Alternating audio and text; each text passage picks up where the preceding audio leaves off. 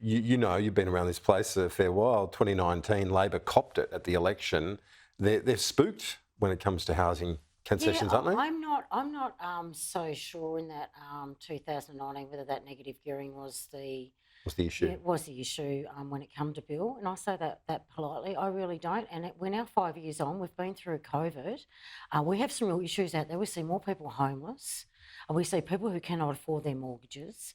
And what do we do about housing supply in this country? David and I have looked at the softest option out of the five of them, which will basically gain the will be the less amount of money, which will be about 16 or 17 billion by 2034, 35. Okay, so what we're doing is making sure that those already in the game are protected. We don't want to change the contract that they've already had with the government over the years. We don't want to do that, but what we want to do is say we want to restrict it to one house, one investment property plus the one you live in. So basically you've got the two anyway, but we've got to start moving here, because just throwing all that money out there, or $500 million a year to build houses, we are never going to catch up with supply. That's the first thing. So if the PM thinks he was going to go to bed now and just say this is dealt with, this is not dealt with by a long shot.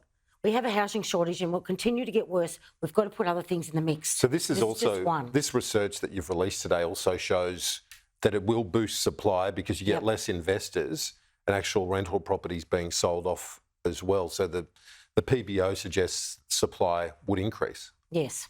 Yeah, so I think that's a good thing. But like I said, we need to do more. Of course, my own thought is I like the New Zealand model where foreign investment is no longer welcome. And I think throwing things like that in the mix as well. But we need 4 or 5 moves here, because just saying, here you go, I fixed the housing crisis that we've got for you low-income earners. Here's $500 million that we're going to spend on housing when we haven't even seen that first bit of soil turned over yet. But are you worried, just on that original point, are you worried that the government is still spooked by some of the housing policies they took to that election? I don't care whether they're spooked or not, actually. They've got to go up, put their big boy pants on, and let's make some moves here. I want to see it done. We want to see this done, and we don't want to wait another year or another 2 where we're screaming for more housing out there for people. They need to be moving on this now, mate. We saw research out of Victoria today as well that shows you don't have to be unemployed to be homeless right now, that people are, as Jacqui pointed out, struggling to pay their rent and keep a roof over their heads. Jacqui touched on one thing when it comes to the negative gearing change. Are you also suggesting the capital gains tax should be kept to those buying new properties? Is that your argument? The preferred option in my mind, and talking to experts, is that you scale back the capital gains tax discount to 25%, but that's for new builds. So you're only incentivising investment in supply. A report out today showing that housing affordability is at its worst on record. If you are on youth allowance, there's not a single rental in Australia that you can afford. What kind of Australia do we want? Do we want to give $20 billion of tax concessions to 15% of Australians that have investment properties? Or do we want to say, well, actually, okay, this show is coming to an end and we're going to start to turn this around in a fair and really orderly way? Before you go, I do want to ask you about one of your fellow senators posting that video out of Wakely, the alleged attack, and Elon Musk really showing contempt for the government and its approach on this issue. What's your take on the tech billionaire? So when it comes to the tech billionaire, like I've already said, I think he's a social media knob with no social conscience.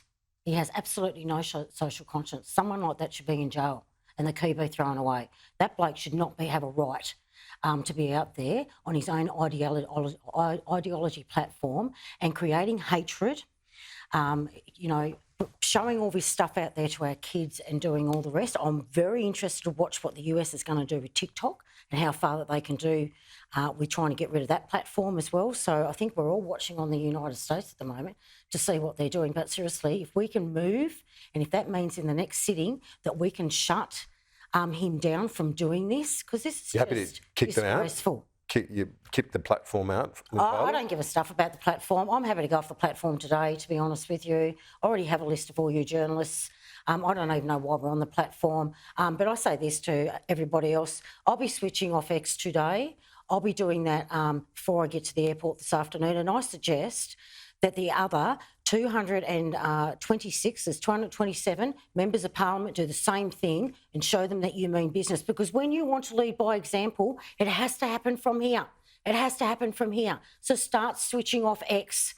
Start throwing it back at him. But we've got to start from here. Jacqui Lambie, David Pocock, great to see you both.